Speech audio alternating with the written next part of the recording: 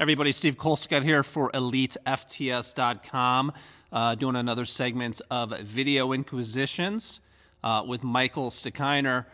Mike, you're a master herbalist.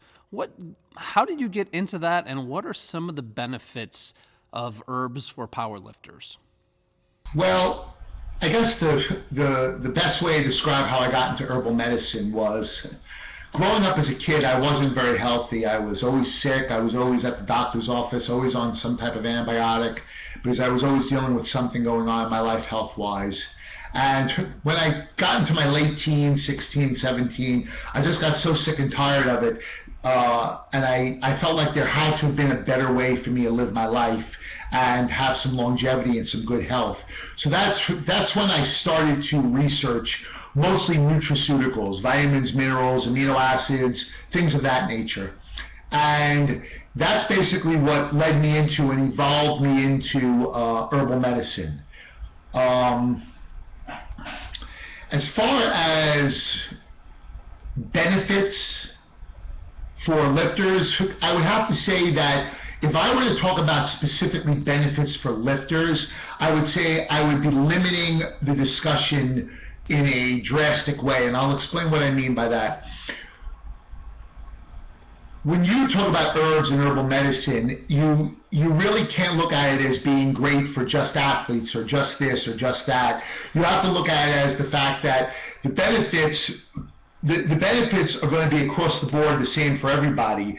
And because you're going after underlying causes of problem, and at the core of the problem, your body is just going to become healthier from it, and your body's going to work more effectively and more efficiently, and thereby you're going to see the results you want in whatever you do. Whether it's lifting, whether it's running, it doesn't really matter, because the program would be the same basically in the fact that what you're doing is you're undoing the blockages in the body so the body can work and do its job better. And if your body can do its own jobs better, then your body's going to function better, and you as a person are going to be able to achieve your goals in a better way.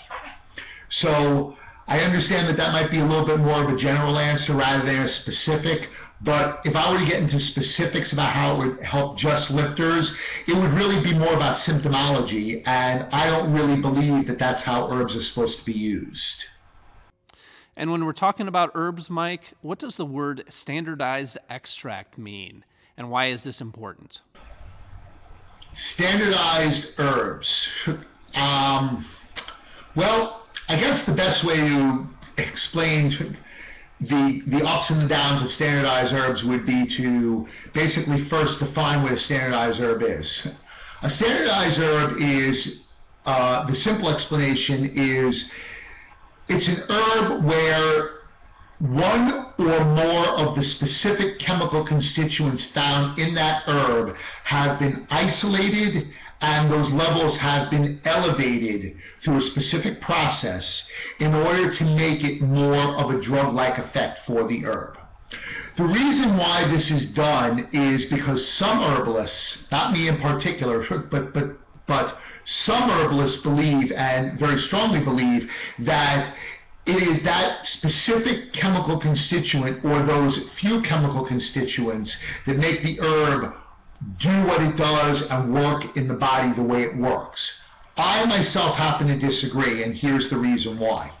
The reason is because when you look at an herb can have anywhere from 10 phytochemicals or chemical constituents to hundreds of them in one specific herb. The reason why an herb works is because all of those chemical constituents or phytochemicals are actually working in a synergistic way and balancing each other out. Okay, so therefore, it's not one specific thing or one specific chemical that makes that herb work. That's where there's a great flaw in standardized herbs. The other flaw in standardized herbs, quite frankly, is that when you hear about side effects of herbs, it never ever has been able to be applied to a whole herb or whole herb compounds. The only time you'll see a side effect is when you're dealing with a standardized herb, because what you've done is you've essentially made it into a drug because you've isolated specific chemical constituents within that herb. And that's really all there is to it.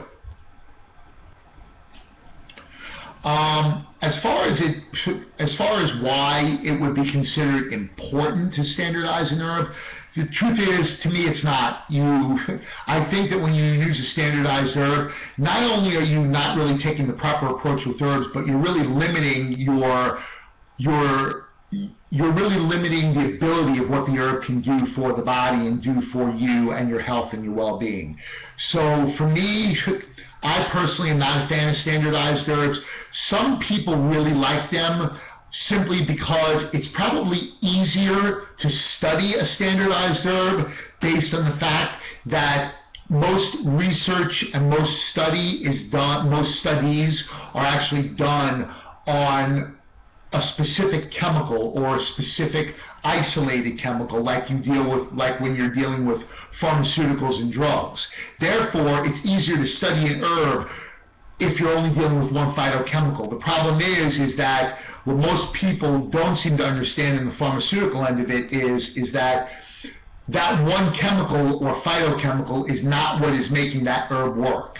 It is just one small part of what's making that herb do its job.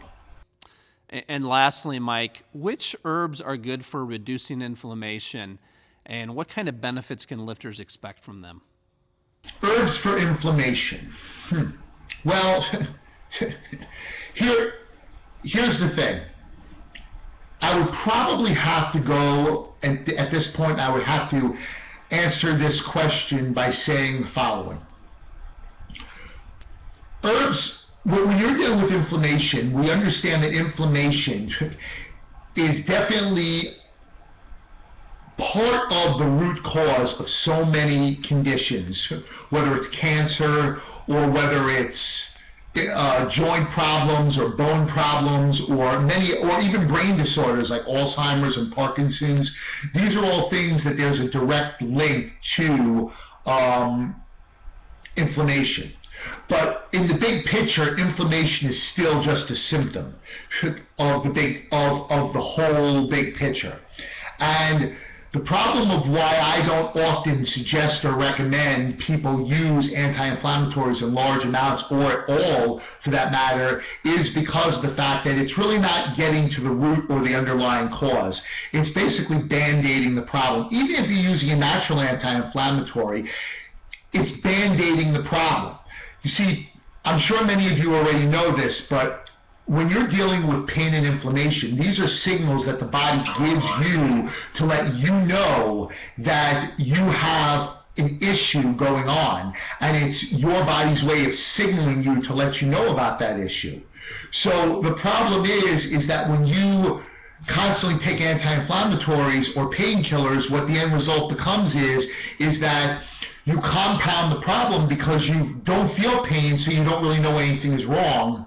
Therefore, the body begins to degenerate it begins to degenerate at a very fast rate, and that's why you see some of the major problems people have today.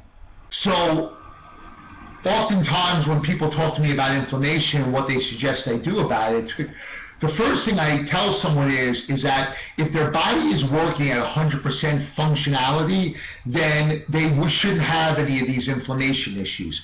Therefore, when you look at your diet, you need to eliminate any foods that are going to produce more inflammation. And the other thing you also have to look at is undoing blockages.